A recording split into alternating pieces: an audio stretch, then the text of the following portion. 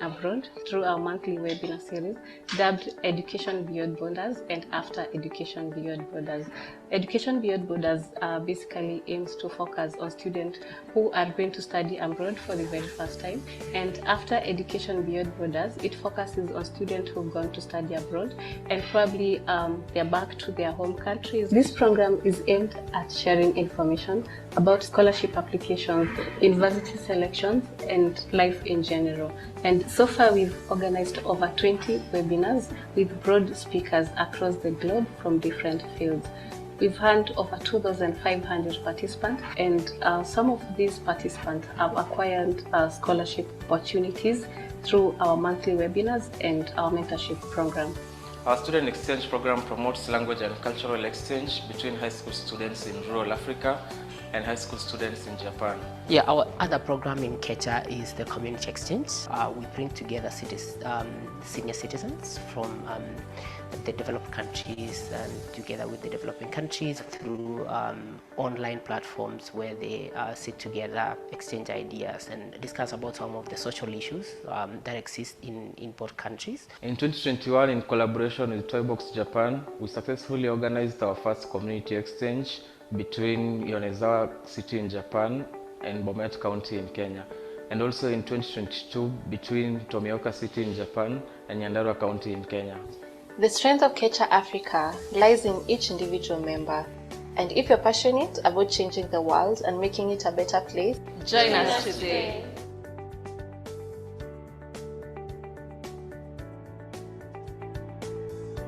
Thank you very much for the video. Welcome everyone to our Kecha, to our webinar Education Beyond Border. Welcome and greetings from Senegal.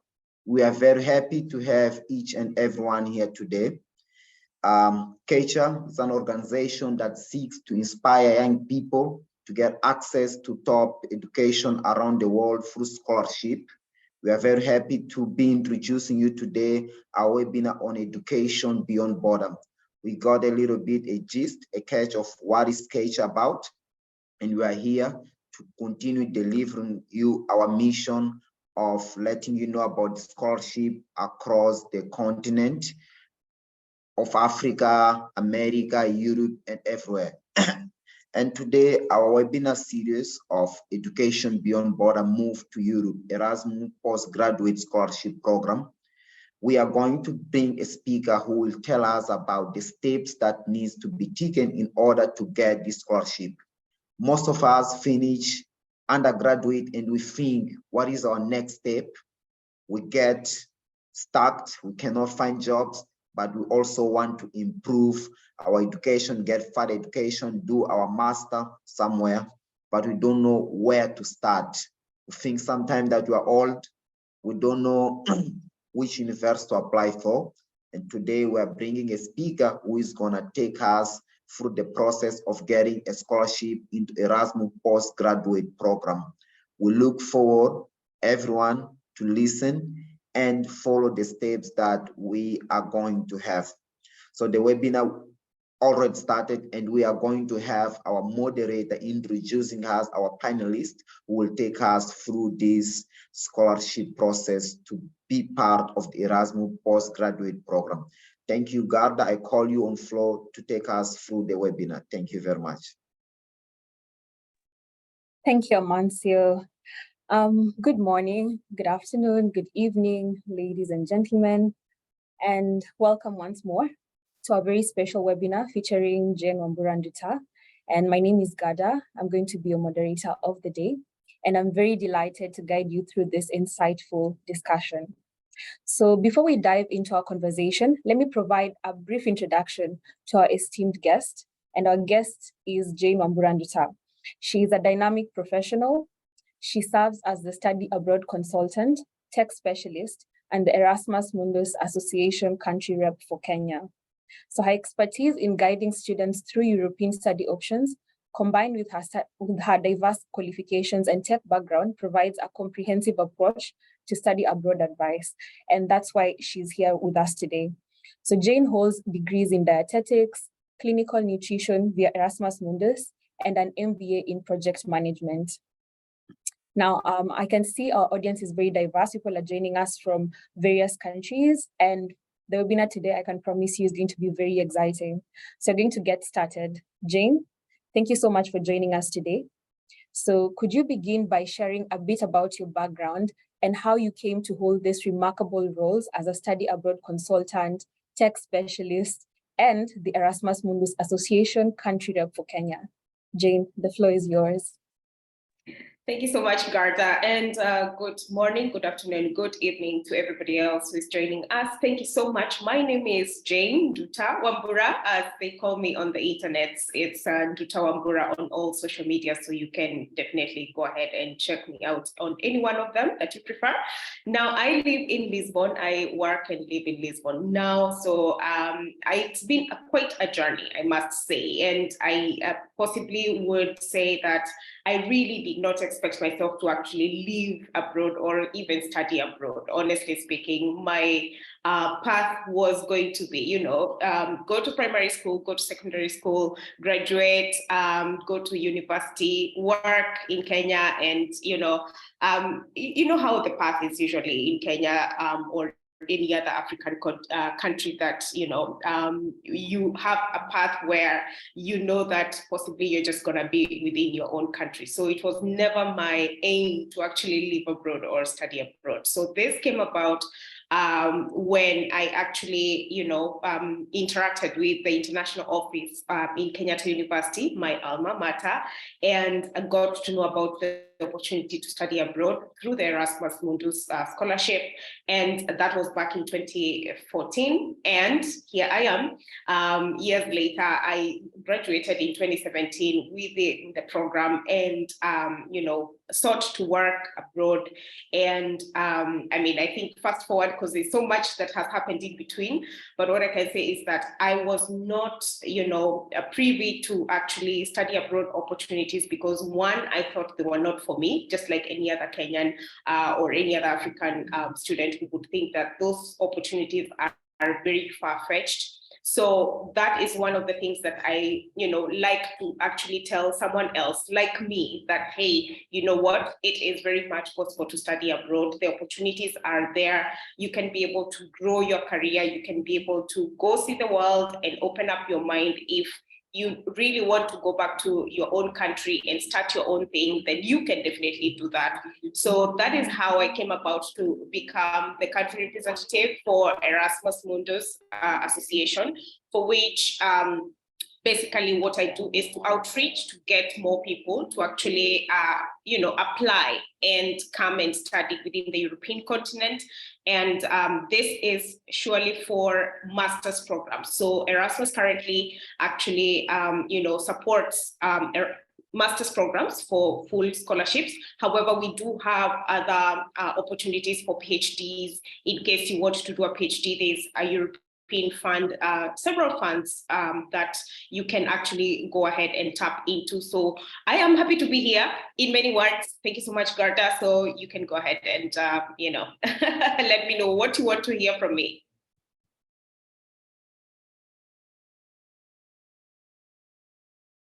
Well, thank you, Nduta. So as we mentioned before, we are here today because we are very much interested in the information that you have. And you're packed with information about this program and what it does, what you need to join, what are the processes, what are the steps that you need to follow. So your journey reflects a remarkable blend of education, there's technology, there's international collaboration. So how about we go into the specifics of your expertise? Could you tell us more about your role and what motivates you to help students embark on their study abroad journeys? Right. So, having a very diverse background, because I studied dietetics as my BSc, as well as a master's in it, and also did, an MBA in project management. But all these were really preempted due to the work that I was doing back in Kenya, as well as the projects that I was involved in. Now, coming over to Europe and, studying and seeing the gap that there is in terms of the knowledge of programs or usually the students do not necessarily know how to go about applying for certain programs. And like I said, sometimes the information could be overwhelming. So you find that, you either see loads of information out there and you think, what, this is not possibly for me, or you feel you're overwhelmed and you are not able to actually digest the information towards your own good. Or in other cases, it's all about that, you see a very good opportunity, you bookmark it, and then you remember when it's like a day towards the deadline and you're hurrying up to actually do it the very last minute. So the reason as to why I come in is to ensure that you can be able to prepare ahead of time. So you're not hurrying at the very last minute, and so that you're also able to digest the information that is out there, such that it's not as overwhelming as it would be when you're looking at it on your own. So for this reason, my biggest role as a country representative is to, one, be able to speak to prospective students, and this would be anyone who is in their third year, their fourth year, someone who just graduated, someone who's already graduated and is already in the workforce, and basically to guide you, one, to tell you what documents you need, in terms of what the application process would potentially look like. And also I do lots of webinars where we have program representatives. So these are people who've already gone through certain programs, who actually speak to you and tell you what they did, to apply for their programs, what were the requirements, what fields did they have to have qualified for with their bachelors, and so on and so forth. So my biggest role is that, to outreach to students, as well as also joining hands with the European delegation in Kenya to be able to sensitize even more people to know that there are European funded programs, whether that's masters, whether that's for PhD, whether that's even for projects, because we do now have an EU Africa fund, which is a whole other story on the side, but this is basically my role as a country representative, and I'm happy to do it. I'm happy to see someone else actually benefit from it. And if you take this information and run with it, digest it, be keen to the details, then it's a very competitive process. But however, if you put your best foot forward, you definitely would be able to get in. Yeah. Okay, thank you, Nduta. So as you mentioned, Erasmus Mundus is a European-funded postgrad scholarship opportunity. So what advice do you have for students who are considering to study abroad and they are unsure of what country to choose? Right.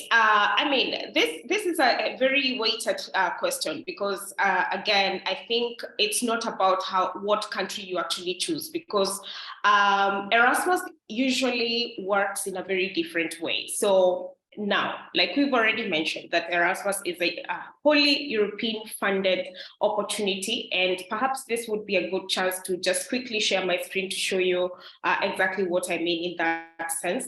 And the thing is about Erasmus is that, let's see, okay. All right, so I do hope that you can be able to see my screen right now. Yes? Yes. Perfect.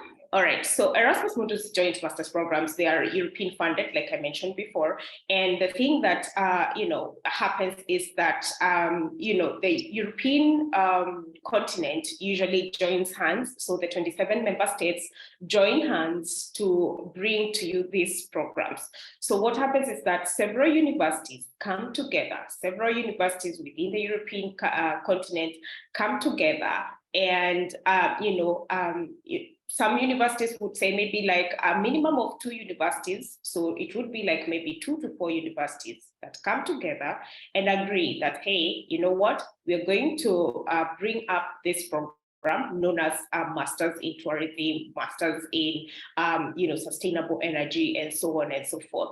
And we're going to run this program for 2 years. So the programs usually run for 2 years. And the thing about these programs is, like you can see here, they're very open, they're very generous in terms of the scholarship stipend. They are very simple, they are very flexible, simple in terms of even the application process and so on and so forth. So I don't want to bore you with the history of Erasmus, because Erasmus has been there since 1987, going and going. We recently celebrated the 35th anniversary. So I mean, I think the thing about Erasmus is that it's a very, strong and very sustainable program that has seen lots of international students as well as European students come to study and be able to actually get into good schools, finish their programs, and maybe work or maybe go back to their own countries and start their own projects and so on and so forth. Well, I think I'm not gonna bore you with the details, but to answer your question is that the Erasmus Mundus joint master's programs, when you hear about these programs, they are basically very high level programs for masters from master's level, whereby they're delivered by consortiums of higher education institutions. So what that means, in other words, is I will give an example. For example, if you find a program where we have a consortium that has Spain, that has Germany, that has Portugal, and maybe France. So what will that mean is that 4 universities from these 4 countries will come together to bring about this program. So which will mean, since this program is for 2 years, it will mean that you have 4 semesters. So it would mean that maybe the first semester, all the students will go to Spain. Then the second semester, all the students will go to Portugal. The third semester, all the students will go to Germany. And maybe the 4th semester, you potentially could go back to any one of those countries, or maybe go to France, depending on the thesis that you are actually tackling, and your supervisor, the location of the supervisor, and the agreement that is there with that program. So for you to complete, you would potentially eventually find that maybe you have gone to 2 countries or 3 countries or 4 countries, or even more, because the mobility within the European continent is very, very high. And in fact, Erasmus actually encourages you to actually go around Europe due to the freedom of movement. So in that case, you will find that by the end of the time that you are graduating, within the 2-year period, you will either be given a certificate by each of the universities that you are actually attended, or the certificate that you will get will include the names of all the universities that you actually went to. So now, basically what the European Commission aims for is to make sure that, there's lots of mobility, there's lots of competencies in skills, and in any case, if someone has a question, why is the European Commission always doing this, is to basically improve and respond to the labor market needs. Because as you may already know, and maybe you've already heard, that the European continent population is older as compared to the African continent population. And which means that the European Commission is always looking for ways to respond to societal and labor market needs, which is why some of these programs are very crucial to them, so that they can be able to improve the competencies and the employability of master's graduates, because it's very possible for you to, when you graduate with this program, to find a job within any one of the European countries, and that way you potentially bridge the gap of labor. Now, I think I don't want to bore you with any other, terminologies, because there's a lot that comes with Erasmus and all that kind of thing. But I want to go all the way to where you are fully funded. So which means that as you take part as an individual, you are liable to be fully funded, and the scholarship is open to everybody. So I want to make that clear, that the scholarship is open worldwide, and it doesn't matter where you come from, it doesn't matter your age, it doesn't matter who you are. The thing is that you are fully funded, and you are liable to actually apply for it. So whether you are 20, you're 30, you're 40, it doesn't matter whether you've done a second master's, whether you've done a PhD, And then again, of course, the thing also to check is to, you can always email the consortiums in case you have any questions. And we will do a quick simulation very briefly on how to go about the application process. So the basic requirements that you need would be, first, you have to have held a past higher education degree. So this is a bachelor's degree. You must not have benefited previously from any other EMJM scholarship. And you can apply directly to the consortium. You would also need to have a CV on Europass format. It's usually not mandatory, but it is recommended for you to have your CV in Europass format. These are links that I can share with you. You would also need your personal statement, which is usually the center or the core of your application, as well as recommendation letters. And these recommendation letters would be either from maybe your lecturer, a lecturer you had a very good relationship with, or maybe your employer. However, sometimes people do not want to have their employers knowing that they're applying for certain opportunities. So you can look for someone who possibly knows you very well. This could be a mentor. This could be someone who takes you through your career and so on and so forth. And you can be able to actually speak to them and get them to actually write for you a recommendation letter.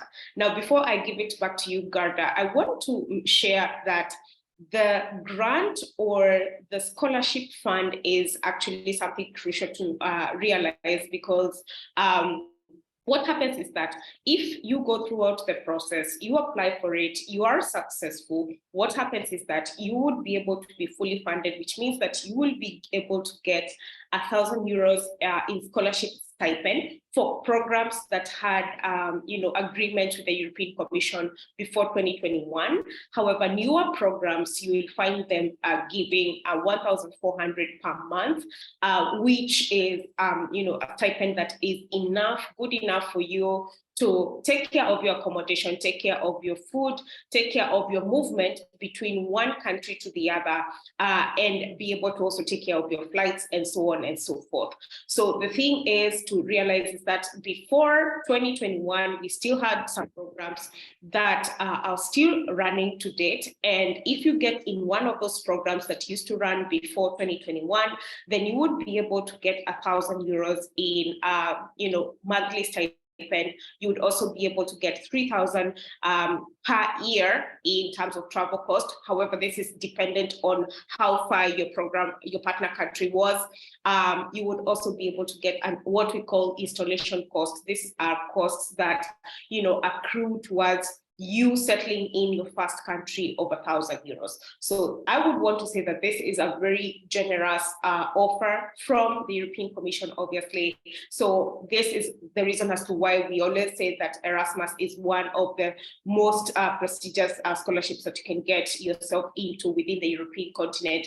And for this reason, obviously, this is why it's very comfortable to actually study within the European continent and be able to eventually graduate and elevate your plight in terms of career and so on and so forth. Now, Garda, I want to stop sharing right now and be able to get back to you. Perhaps you have any type of questions before maybe I can do a simulation of, of how to actually go about and apply for this. So back to you, Garda. Thank you, Nduta. So I think I'll just let you go on with the simulation, and then we'll reserve the questions and answers towards the end. Okay, perfect. Sounds good, Garda. So I will go straight on to, so you've had this information. So, hey, what do you do with it? How does it help you? Where do you go from here? So where do you go from here is a question that is always asked on my social media. So I will go ahead and share my screen once again. I do hope that you can see my screen right here. And this is the place that you need to go into immediately after hearing this information. Now I'm gonna put this on the chart and then move over to simulate. So this is the catalog where it lists all the programs that you need to actually check depending on your skill set, your experience, and so on and so forth. So one thing that you need to realize about the Erasmus scholarship or the Erasmus programs, the joint master's programs, is that they are not necessarily just tied into what you studied for your bachelor's. They are also tied into what are your other experiences. So what do I mean by this? So perhaps maybe you went ahead and did a bachelor's in commerce. So you did a BCom in the university for your undergraduate. And then, you went to the job market, it dealt you a number, and you ended up actually working in tech, right? So, and then which means that maybe right now you have tech skills just because you've been working there, or maybe you did a volunteer experience that was in tech, right? So which means that despite the fact that your undergraduate was in Bachelor's of Commerce, you still have other tech skills, which means that you potentially could be a candidate for a tech program.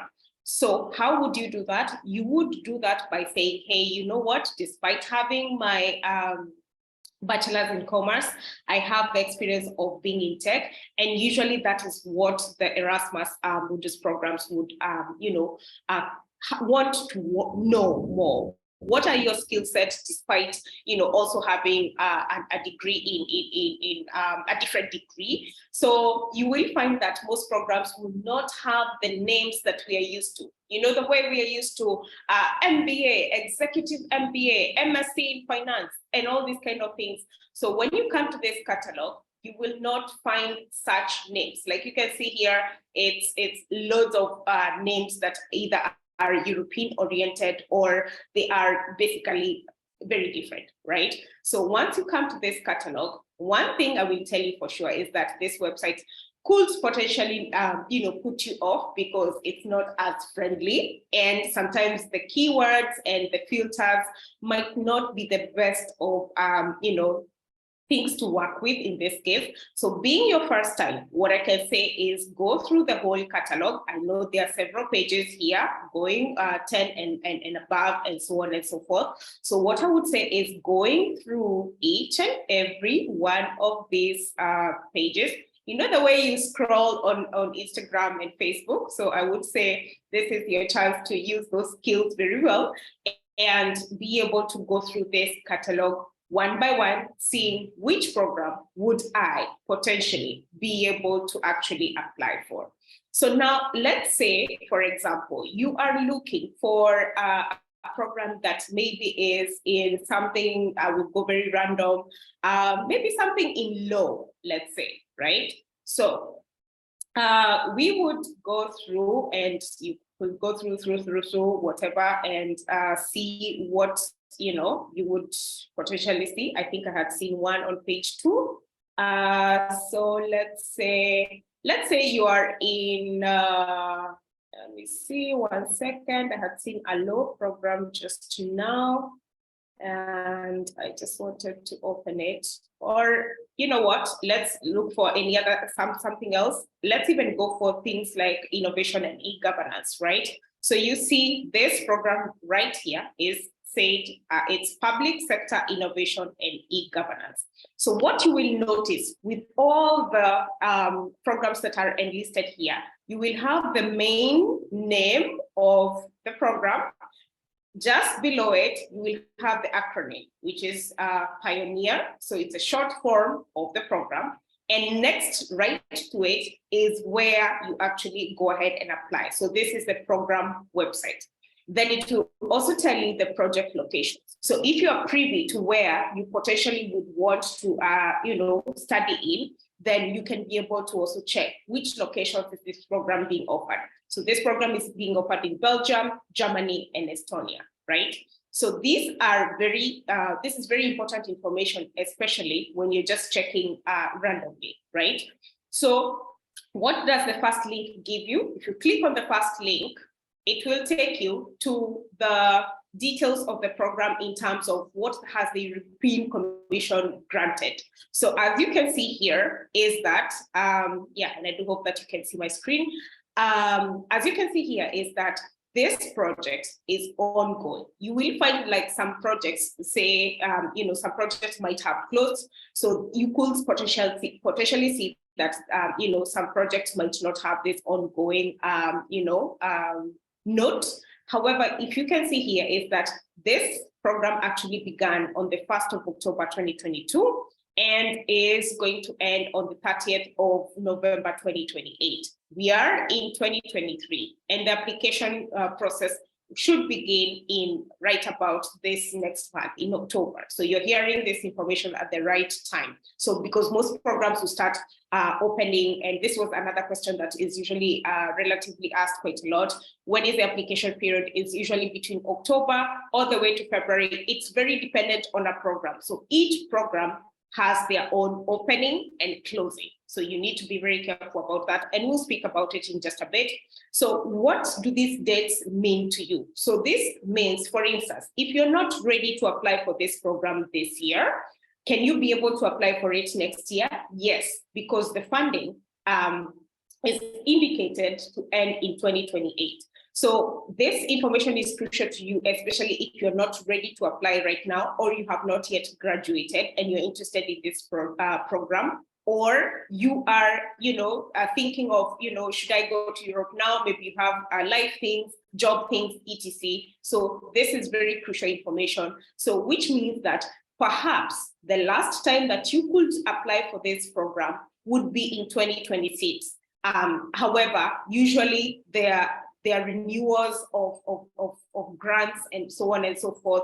But using this information as of now, you could potentially apply the last time in 2026. So depending on your plans, depending on maybe if you apply the first time, you don't get it, you can still keep on applying and so on and so forth.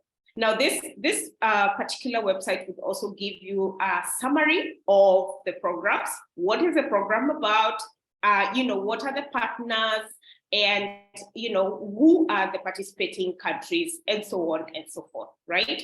So this is just for you to pretty much consume. However, where you need to go now, you would need to go back to now the link that is right below. And this is very crucial. So the link that you need to always use is the link that is next to the acronym of that program. So, which means it's this link right here. So we will click on that and it will redirect us to the program website. The program website is a very, very crucial aspect of this, because please make sure that you're only clicking on the links that are on this particular catalog, because there are definitely scams out there. So make sure that you're not paying anyone, you're not, asking for someone who is just extorting money from you. Make sure that you're applying on the official websites, because application is for free. However, some programs, and very few, maybe 2 or 3, would be asking for application fees, which is not very common with Erasmus. In fact, there is a plea to actually, have those 2 or 3 programs stop the application fees. But application is 100% for free. Now that you are on the program website, what are the things to look out for on this particular program website? One thing is the eligibility criteria, which is very crucial in this case, right? So as you can see here, we have the home, about, for current students, for prospective students, and so on and so forth. So you are a prospective student, so you want to perhaps potentially see what is the program about, right? So in this case, you can click for that and you can be able to see this program is about, enhancing, students who are interested in the public sector and so on and so forth, right? And in that same tab, we do have, the selection procedure, we do have practical information. What I want you to check first is, to be able to see your eligibility. What is your eligibility criteria? And just because we are working with, Kenyan students, someone who is not in Europe, so here is for candidates who are non-EEA. So this is the European Economic Area. So, So if you have a degree that is obtained outside Europe, then this would be the requirements that you need. As you can see, usually they would have very generic requirements, like we mentioned before. Oh, I did mention about this, but transcripts is something that you need. You would need, when they say diploma here, this is the degree certificate, right? Some programs might ask for English proficiency certificate. However, you can request for a waiver from the program itself and say that, hey, you know what, I studied in English, and would you be able to accept a letter saying that I studied in English from my university, such that you don't have to actually do the English proficiency certificate test.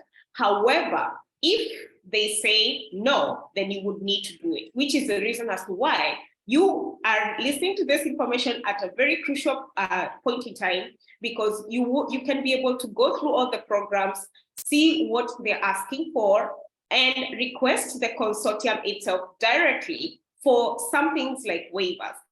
And where do you do that? You go on the contact section here, and I will speak about that in a bit. So you also need letter of motivation, you need your CV, you need your proof of nationality, which is obviously your passport. So if you have not even started checking your passport, this is the time to actually apply for it. I know there has been talks in Kenya, especially about passports, so please make sure that you do have proof of nationality, which is your passport. However, in case your passport might not be ready by the time you're applying for this, you can also ask the program whether you can maybe use your national ID.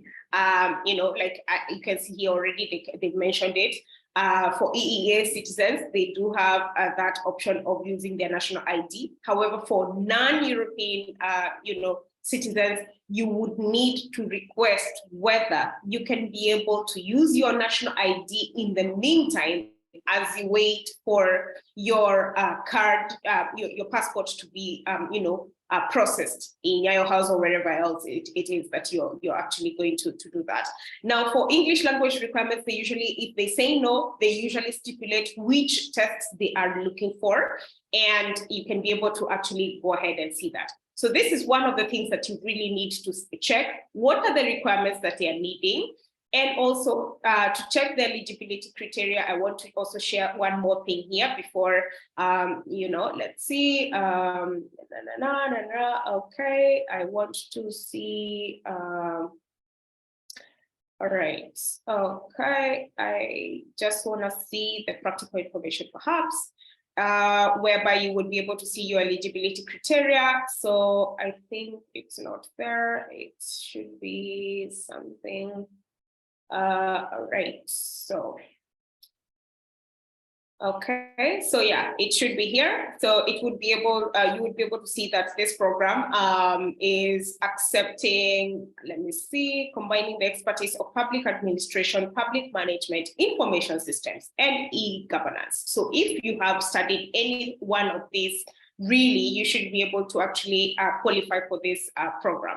Now, you can be able to always ask, like I said, any of the questions that you might have on the contact section. So in this case, you would be able to contact this email right here for this particular program. And I will tell you for free, they usually reply every single email. So do not feel like, the way we are skeptical in Kenya, you're like, okay, I don't think they will ever reply, but these ones, they always reply, because it's an agreement with the European Union that they would need to help students as much as possible. So they do reply to their emails.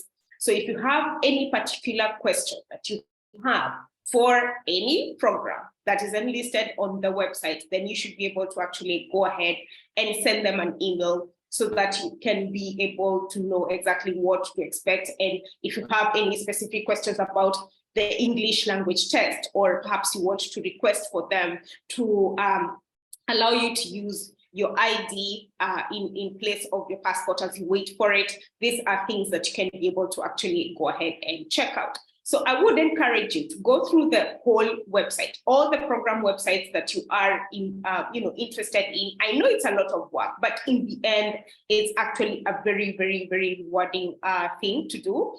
Now, as you can see here, like I had mentioned before, This is the program. So what is going to happen is that, you would be able to go on semester 1, you go to KU Leuven. This is in Belgium. Then for your semester 2, you would be able to go to University of Munster, which is in Germany. I'm sure I am butchering that name, but hey. Then you would go to e-government and e-governance in Taltech. I do believe that this is in Estonia. And like I mentioned before, your 4th semester, you would be able to be the one who decides where you would be able to go back. This is dependent on what you want to actually do on your thesis, your supervisor location, and the agreements that you potentially will have with this program. Now, there's a lot of information that is right here. There's also social media. If you are into social media and you would like to ask questions on the social media handles of each and every one of these programs, each of them really do have social media handles, so you can be able to check. Now, I will go ahead. I think there's a question. Obviously, I am so sure there are loads of questions, but I will go to the main website so that you can be able to actually see. I'm just going to click back so that we are in line here. So, okay.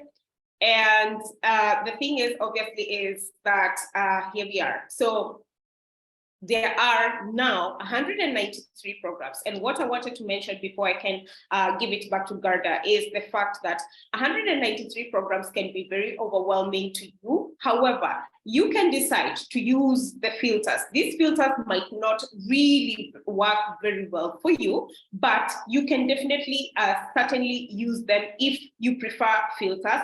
I will tell you for a fact that you will not see like MBA or executive MBA. You would possibly see like, a business course. You would not see like a Master's of Science in Computer Science. No, you will see a program that is connotated towards that, which allows several, skill sets or several, bachelors for them to actually go ahead and do that program.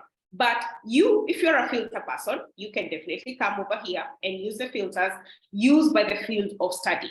And in this case, for example, if you're looking for maybe a program in social sciences and humanities, you can possibly like click on that and see what shows up, right?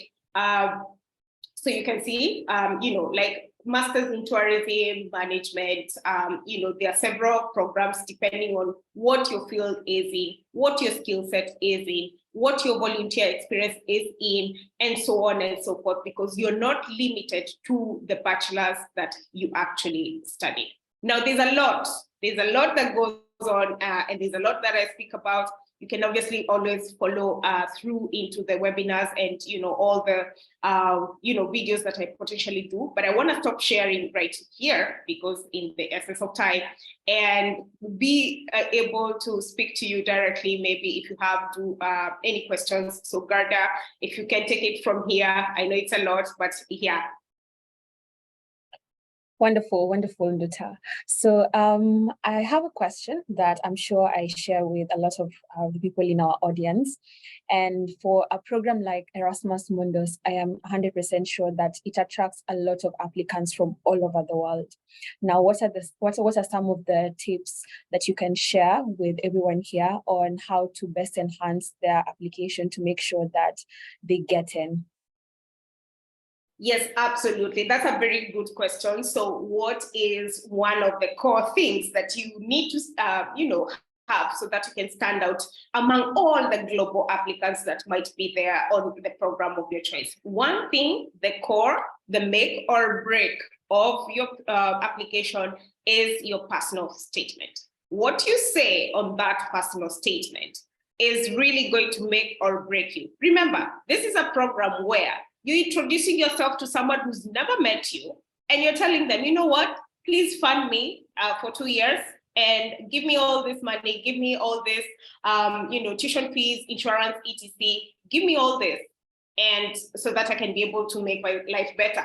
So what you say on your personal statement is the core, because it really needs to resonate with what appears on your CV. It needs to resonate on what you potentially could say on an interview, because some programs, and this is some programs, would have an interview towards the very end so that they can make a decision of whether you are the best candidate or not.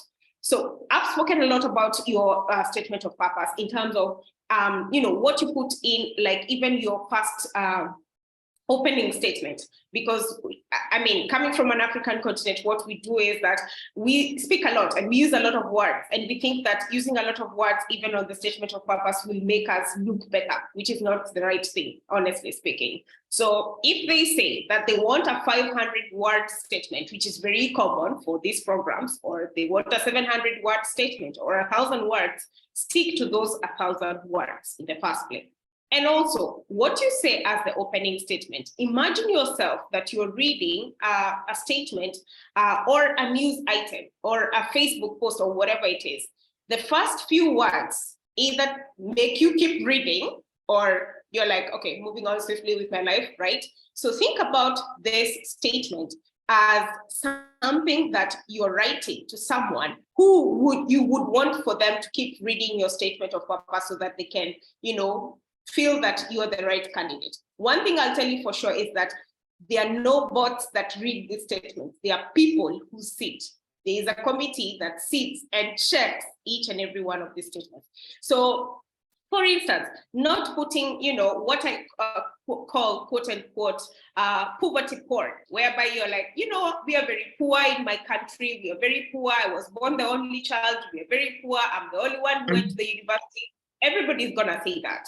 Right? So what puts you apart, sets you apart, as much as, hey, perhaps you came from a very humble background, but what have you done with that humble background? What sets you apart as a good candidate? What are you bringing into this program? What skill set do you have already? What have you garnered over time that gives you a very good stake as being a good candidate, right? And also, what exactly is it that you want to do after this program? Is it that you want to maybe work within the European continent? It's okay to say that. Is it that you want to do a PhD? Is it that you have a program or a project that actually is going to help, you will continue, and you studying in Europe, will help you, give you the right skills so that you can be able to continue this program? What exactly is it? Like, you need to think about yourself as an individual. I know some of us are multifaceted, multi-skilled, diverse, and all that kind of thing. So what you want to sit down first and think about is, what skill sets do I have? Write them down, right? Once you write them down, strike out which actually apply for this program, right? Which actually apply for another program, and so on and so forth. So these are things that you really need to think about ahead of time. And like I said, you're listening to this at a very, very, very, very good time, because the programs will start opening for applications from October, depending on the program that you're choosing. You can be able to also check the deadlines on the program websites themselves, because they vary. And you can be able to see that, let me start preparing the first week, second week, and so on and so forth. So one of the things that is very crucial is your statement of purpose. Also keeping the deadlines, making sure that someone else also reads through your statement of purpose, checks your CV, checks your general application to see whether it suffices or not. Another thing that can really help you is checking for past students and approaching them in a nice way and asking them, hey, how was your application like, right? Where can you find these people? You can find them on LinkedIn. You can find them on social media. Obviously, just don't go to someone's LinkedIn on social media and just say a hi, and then you expect for them to actually reply to you. No, introduce yourself in a very nice way. Hi, I am so-and-so. I am Nduta. I am interested in this program. I have been looking at the program website. Perhaps there's something that's not clear. Could you be able to maybe take a call with me to guide me through the process of applying? Or would you be able to take a minute with me to tell me whether my CV is at par or my statement of purpose is at par? These are things that you would need to do, and doing the work is very rewarding. So this is something that I would say is a make or break, because everything else is standard. Your documents, your certificates, your transcripts, your language certificate, and so on and so forth. However, also very crucial point to also check on any of the program websites is how they are actually going to be grading your application. So this information is always on the program website. Some program websites, they will give you like, say, statement of purpose would be 10%. Your general application would be 5%. This and this, your interview would be 50%, depending. Some programs actually give that information, so you can give weight to where it matters more, and so on and so forth. So I hope I answered your question, Garda. You have, Nduta. Thank you so much. I will now open the floor to questions from the audience, and I will start with a question from Andrew Ngila. Andrew asks, I am 40 years old with a bachelor's in economics and over 15 years work experience. What are my chances, and are there unwritten rules as I give it a try? I mean, your chances are as good as your application. Like I mentioned, there's no age limit. What you put on that application, what you put on that statement of purpose, and so on and so forth, your chances are as equal as anybody else within the globe, honestly speaking. So what I can say is do your due diligence, be able to check out the catalog and see what actually works for you, and go for it and apply for it. I will tell you for a fact that, obviously they are very competitive, as you can be able to see. They are very generous, very competitive programs. So which means that do not feel discouraged, or do not put all your eggs in that basket. If, for instance, they say that, hey, you're a good candidate, but we cannot be able to pick you out, please make sure that you're also applying for more programs so that you can cast your net as far and wide as possible. So what I can say is that, you apply for three, 4 programs, or even 5 programs, depending on your skill set and the diversity and the programs that, you think that you actually qualify for. So cast your net as far and wide as possible. Make sure that you can be able to actually apply for these programs, in a way where you're doing your very level best. So take your time with them. What you can say is that this is the last quarter of the year. It's a make or break. Make sure that you can sit down, do the work, and what you can do is just wait and see whether they actually pick you up when you do a great job. So for sure, it's possible. Yeah. Well, thank you. Sorry, God. Amancio, please go on. A quick question. Someone asked, we know the answer, but I think it will be good to clarify to everyone that if the government of Kenya is involved, plays a role in the recruitment process, and they also ask if there is any WhatsApp group to get where this information is shared constantly.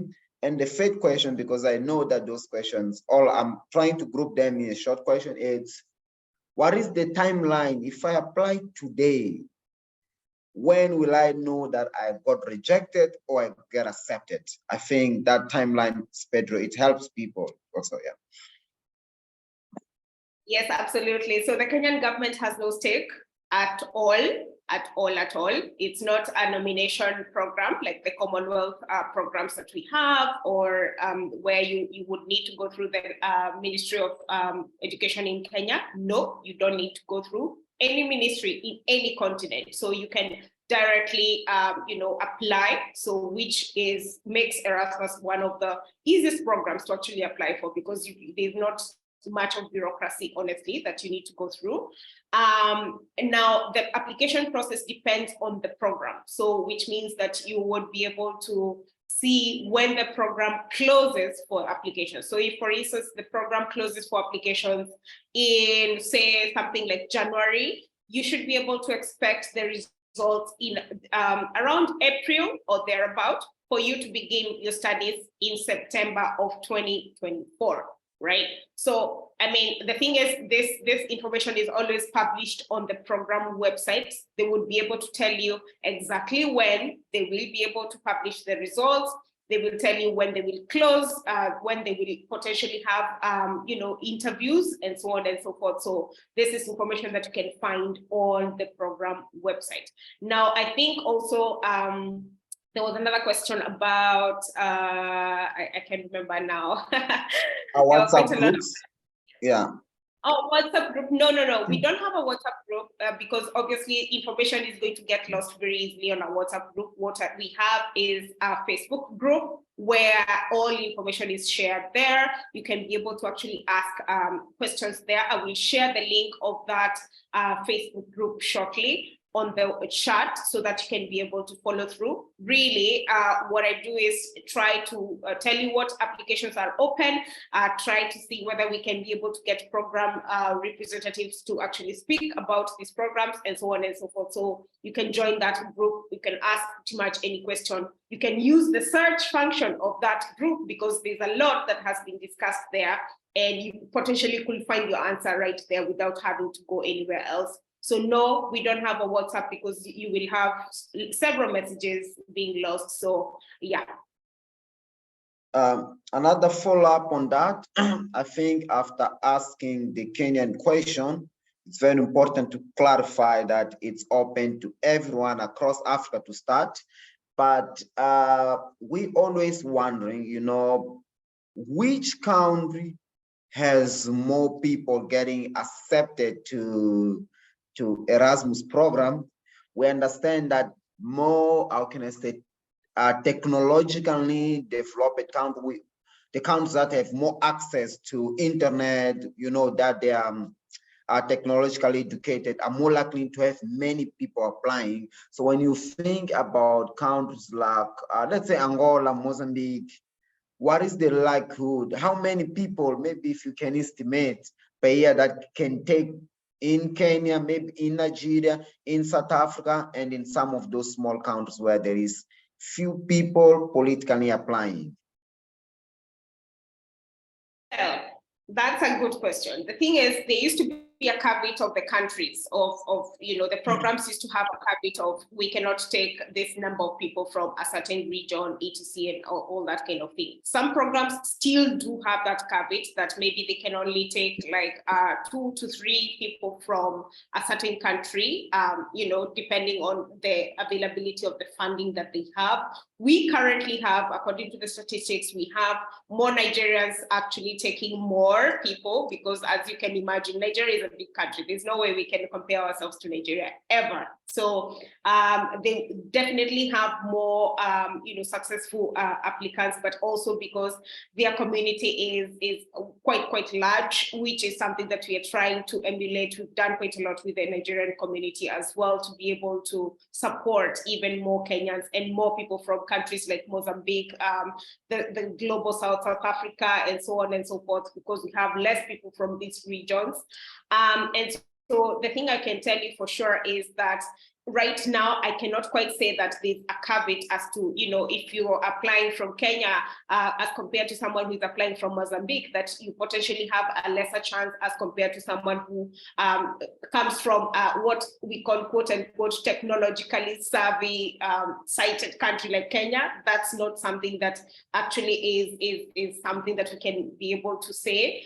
Because it's not true, because it doesn't matter where you're coming from, whether it's a technologically savvy country or not.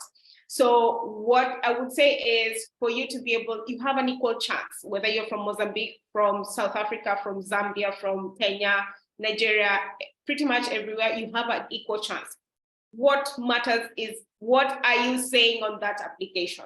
Why, who are you presenting yourself as in the application, in the interview, in your CV? Because you do have an equal chance, and you have to believe that for you to be able to actually be successful in any scholarship application, whether that's Erasmus or else. So what I can say is, yes, we've been having more numbers from Nigeria. We used to have more numbers from countries like Ethiopia in the past. We are trying to come up also in Kenya. We really were struggling in Kenya because people didn't know about the program. People were not even wanting to apply for the programs. We had I would say in a couple of years, it was 8, 9 students, 10 students. Now we at least in double digits. We now currently had 25 students who are coming in this year, so which is an improvement because we've been doing a lot of outreach, a lot of work, and so on and so forth. So you do have an equal chance. In many words, you do have an equal chance, and you have to believe that. You have to really, get over your skepticism, I would say, and be able to realize that, yes, this is a program for you. This is a program that you can get into. And in fact, even if you don't get it into it, you can be able to go ahead and shoot your shot on any other program out of the experience that you've had applying for Erasmus. That is 100% something that I would tell you for free. Thank you very much. Thank you very much. Garda, do we have a lot of questions in the chat on Facebook also? Yes, I wanted to make a joke and say, somebody said, if you go to a country and you don't find Nigerians, just get out, because there's nothing in that country. They know the best places to go to. So, Nduta, I have another question for you. What opportunities are available to graduates of the Erasmus Mundus program in terms of further education or employment? Because we have other scholarships or other opportunities that give you a cap. They say, for example, if you're coming to country B, for example, if you're going to China for your studies, as soon as you're done, you're given a requirement to go back to your home country. So does this program have something like that, or it's very open to the applicant to choose what to do and what not to do?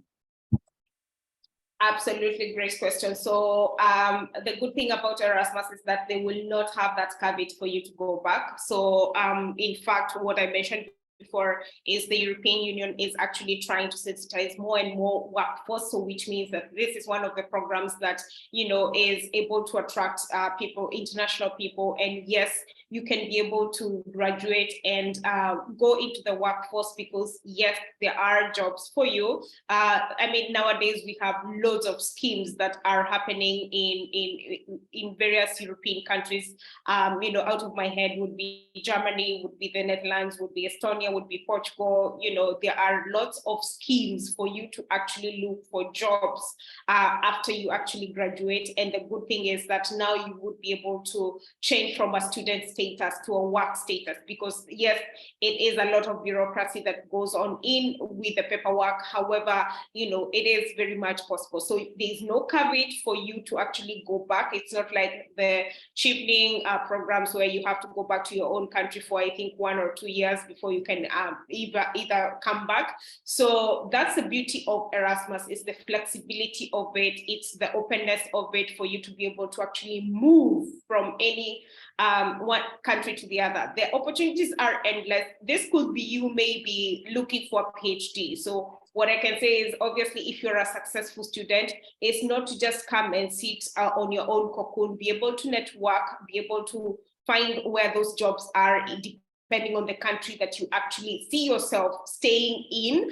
and also be able to network with your, people like your supervisor or your lecturers who would be potentially your supervisors for a PhD opportunity, or perhaps maybe if you are looking to go into the research or work in the university. So this is something that you can be able to look into. And there's lots of funding for PhDs, and you can find these funding opportunities be it on Horizon 2020. These opportunities are on Eurax's website. I will leave a link of that website here. So yes, the loads of opportunities within the European continent. And who knows, perhaps maybe you could also find an opportunity outside the European continent and go somewhere else. Who knows? This is all really up to you, and there's no caveat that you have to actually go back to your own country. Yeah. Okay, thank you. I'll take this question from Nelson as the last question to close our session for the day. And Nelson asks, where or how can one get help with structuring their motivation or statement of purpose? And is there like a specific format for the same? And question 2, he asks, when one is not successful in one application period and goes ahead to apply again later, is there a possibility of getting the second or third?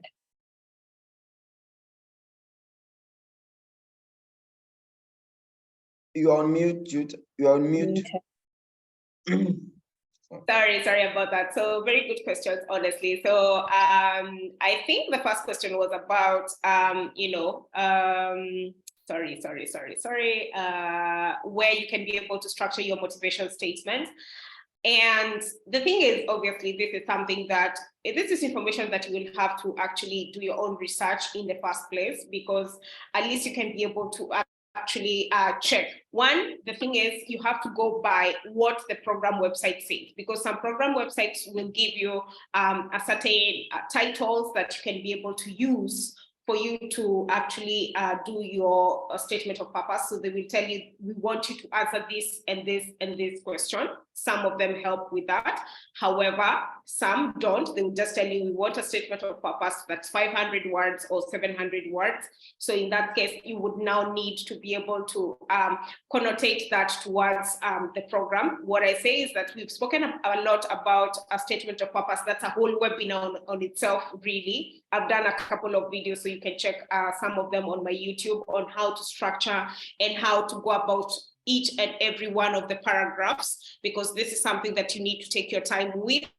The format is really not necessarily connotated to any type of, font or basically what we say is that, just go by the number of words that they have said, whether that's 500, 700, 1,000, depending. And what I can say is also make sure that someone else can actually read your statement of purpose. So you can find, like I said, previous students would be a very good thing for you to be able to approach and ask them to maybe read your statement of purpose and see whether it's actually sufficing. The thing is, obviously, this is something that you would need to first pour out into. Let you be the one who writes this statement. Don't ask, how we do in Kenya, sometimes you ask someone to actually write the statement for you and you just consume it and you'd be like, yeah, or you ask someone to send you their own statement of purpose and then you just copy paste, or maybe nowadays use ChatGPT. I'm telling you, please do not use these other ways. Please go and do the work and write this the statement of purpose. Be able to have someone read it, be able to use resources that I have on my YouTube. I have several other people who've gone through the program could potentially, have spoken about the statement of purpose and be able to see where that leads. Now, if you're not successful in one application period and you go ahead to apply again later, yes, you can definitely be able to get in. I did not get my own scholarship the first time that I applied. So I applied the first time, I got not rejected, I was put in a reserve list. What that means is that there was not enough money for that particular financial period. And so I had to apply the second time. And when I applied the second time, when I got it. So yes, you can be able to actually apply for it a second time. And this is the reason why I was saying, do not put your head into, saying that, this is the only opportunity that I can actually apply for and I'm waiting for this. Spread your wings as far and wide as possible. I mean, if you feel that obviously this is some people say, what, I've heard about Erasmus, but it's not my thing. If it's not your thing, please take some of facets of the information that I have shared here, use it for maybe another program if that is what you would wish for. So yes, you can apply for a second time, you can apply for a third time, you can apply for 5 times. There are people who've applied even for 8 times. And so on and so forth, and they got it at the very last minute. So spread your wings, do not give up, make sure that you can keep going as much as you can. Yeah. Wonderful. So how can our audience connect with you or stay in touch after the webinar if they have further questions or they want to continue the discussion? Where can they find you?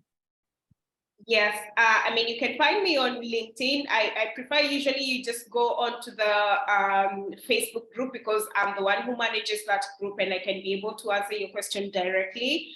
That way it's more, time, it saves my time as well because I sometimes don't have time to check my LinkedIn messages. So make sure that you can join in that group. I have shared the link right here. You can also find me on places like YouTube, where I share quite a lot of information, even with other people who've gone through the program. Perhaps I will share my link to my YouTube right here. The thing is, obviously, so I can see just one other question that I had seen on the chat. Can someone with a second lower division can apply to? Yes, you can actually apply with a second lower. The thing is, obviously, to make sure that your application is up to the T in terms of what are your experiences despite you having a second lower, and so on and so forth. So I think this is information that I also share quite a lot sometimes, you know, and in any case, I will be sharing more starting this October, because that's when it will be more relevant. So make sure that you can be able to tune into any one of the webinars that I might have in the future, or even with the group, for sure. Yeah. Thank you. Yes. Sorry, there is one last question that someone put there. Can you check it in the chat, please? It's like, can we have more of this discussion when the application opens?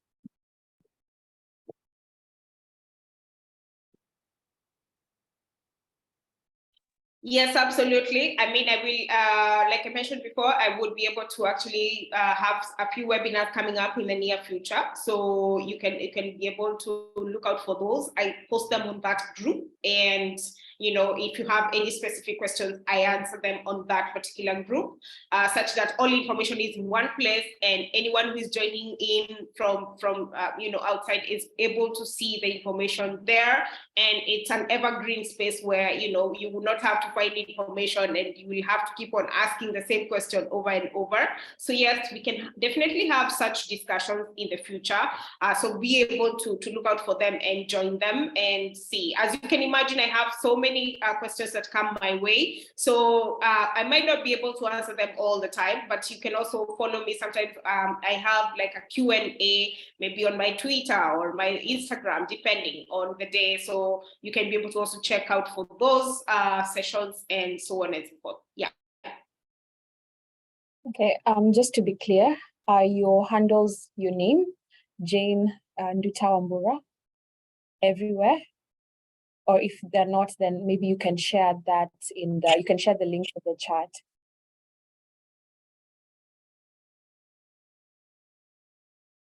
You mute. Sorry. So I was checking for my YouTube link. So yes, so I am Nduta Wambura on all social media. Name it, Facebook, Twitter, Instagram, it's Nduta Wambura. And so you can pretty much check.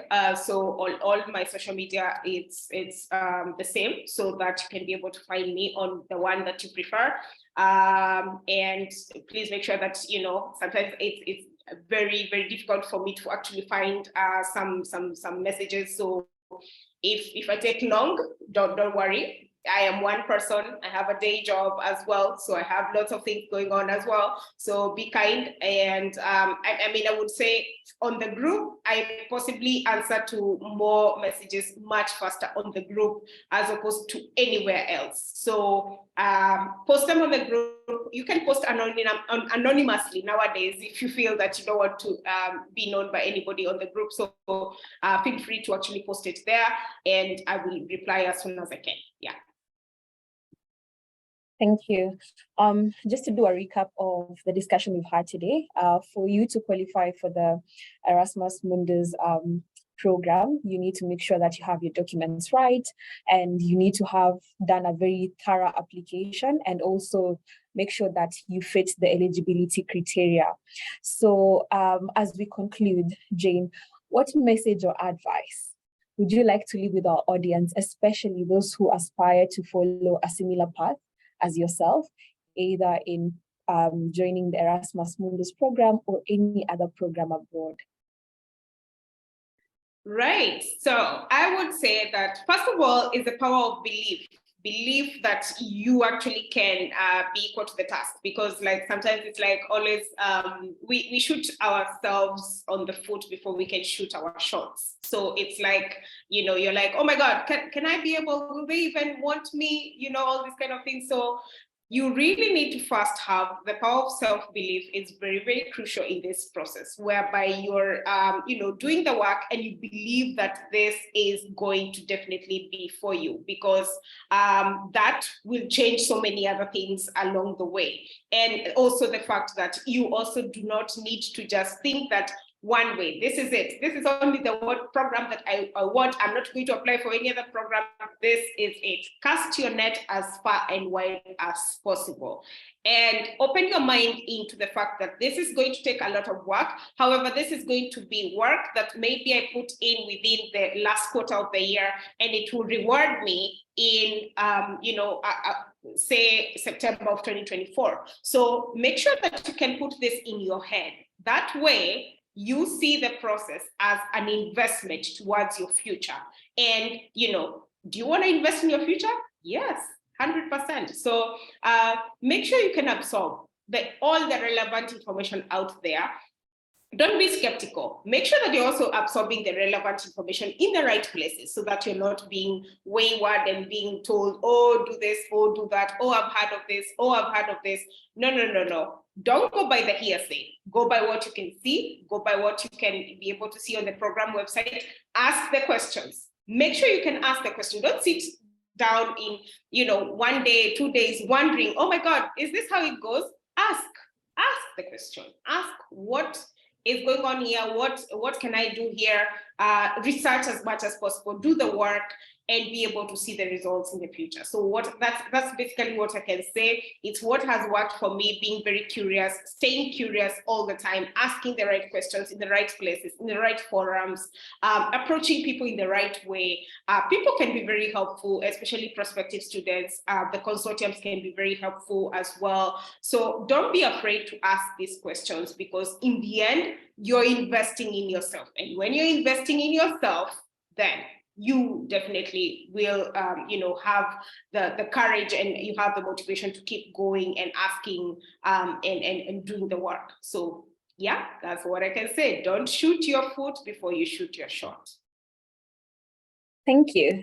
Thank you, Jane, for sharing your invaluable insights and experiences with us today. We are very honored, and we truly appreciate your time and expertise. And I'm just going to ask everyone, if you can, unmute yourself, and let's give Jane some snaps, some finger snaps, just to appreciate her for a job well done. Shall we? Thank you. Well, thank you, Jane. Wow, and thank also you. take a group picture. Yes, and to our audience, I also want to thank you for making time and for joining us, for participating in our discussions. And I just want to remind us that we have this sort of webinars on study abroad topics every month, and we're looking forward to having you again next month. So before we go, I could ask that we all turn on our videos so that we can take a group picture.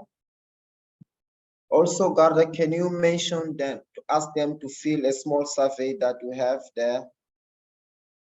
Yes, as Amancio said, there's a link, if you check the chat box, a survey to just give us feedback on how the webinar today was, and we would really appreciate that. So cameras on, and let's do the group picture. Maybe Eugene, you can turn off, remove the spotlight so that we have everyone. Yes, thank you.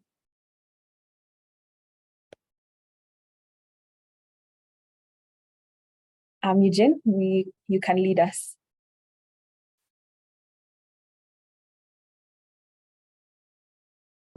Okay, so I'd like to request everybody to please turn on your camera.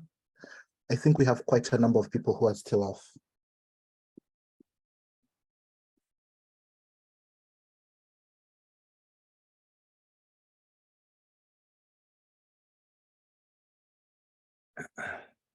Great. Yeah, thank you. Thank you to all the people who are turning their cameras on. There's still quite a number. There's still a few more. We're just going to take a few quick shots. Okay. All right, I think maybe some people are in a position where they cannot take a screenshot. I mean, sorry, they cannot turn on their cameras. So I'm going to take some photos in a few seconds. So I'll just count down. Please smile. 5, 4, 3, 2, 1. Smile. And because there are multiple screens, I'm going to take a few more. Please smile again. Fantastic. I'm going to take 2 more. So again, smile. And the final one, here we go. 5, 4, 3, 2, 1, smile. Excellent. Thank you, everybody. Thank you, Jane. Thank you, everyone. And follow us on our social media handles, shared in the chat box, Ketcha on Facebook, on Instagram, on LinkedIn. And thank you very much for your time. And snaps to Pauline, snaps to Nduta, snaps to Amancio, snaps to everyone who made this possible today. And see you next time. Bye-bye, everyone. Don't forget